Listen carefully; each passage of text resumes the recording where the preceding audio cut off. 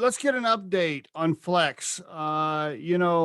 First of all, yeah, everything you're doing online is great. So I love the marketing and the news and the things I'm seeing. But tell the listeners what's happening. Like, what's the latest and kind of how things Yeah. been So going. for those of you who don't know, I'm founder CEO of FLX Solutions. We're an early stage robotics company solving real world problems with cutting edge robotics. But really boiling that down, we've been focusing in on the infrastructure and more specifically, construction, maintenance, and inspection. So you have all these workers out there who need to, you just bought a building and you need to map inside the ceiling to plan your renovations, or you need to update the building envelope and seal it, and you don't want to get out on a ladder. All these places that you know exactly what you need to do, but there's no good way to do it safely and easily and practically. And so we're looking at using snake-like robotics, and we invented this robot called this FLX BOT that's 1 inch in diameter, which is really close to at least 3 times smaller than anything else that's out there, which allows you to get that notion of shove it in that hole that you really don't want to stick your hand in, right, but then be able to actually map it, inspect it, and then put a tool on the end and actually accomplish a task.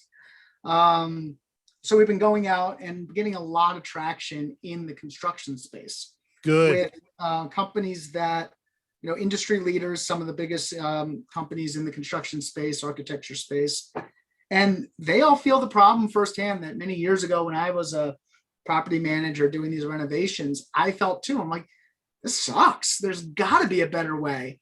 And you look at robotics in general, this isn't a problem I'm willing to spend 60 grand on. I'm going to spend 60 grand on a tool. It's going to be a nice new truck, not right, this little thing. And that's where most robots are. But looking at driving that price down to where it's actually affordable to put one of these in every work truck.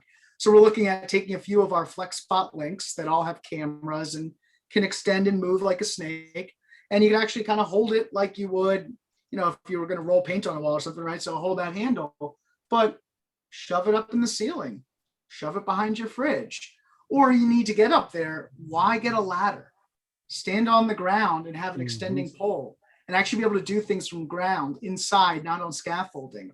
Because a lot of workplace, actually like 1 in 5 workplace accidents happen at heights.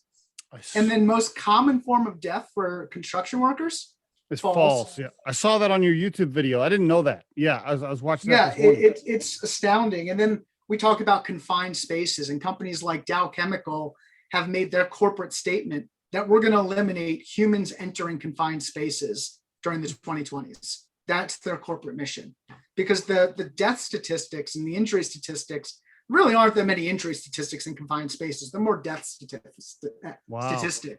Wow. And, then you go on the BLS or like OSHA's site and you look and it's like, I'm going to, mess up the numbers here, but a very large percentage of them, the supervisor was near the guy or girl doing the work.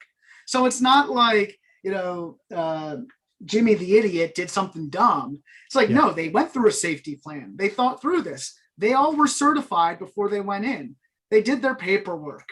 And then, if you go to lifeguarding, like the order to rescue somebody is like reach, throw, row, go. Like the 4th thing you should try to do is actually go out there and help them, because, you could get hurt. Well, it's the same thing.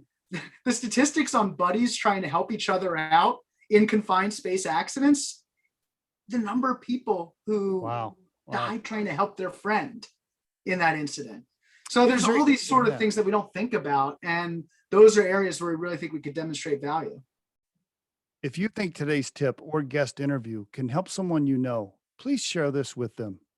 If you've enjoyed today's episode, please subscribe to our channel and hit the like button. The Riderflex podcast features entrepreneurs, business executives, and the stories behind how they got there, as well as daily tips on career advice and job interviewing. You can visit riderflex.com to learn more about us and get information and pricing on the recruiting and consulting services we provide. Thanks so much for listening, and have a great day.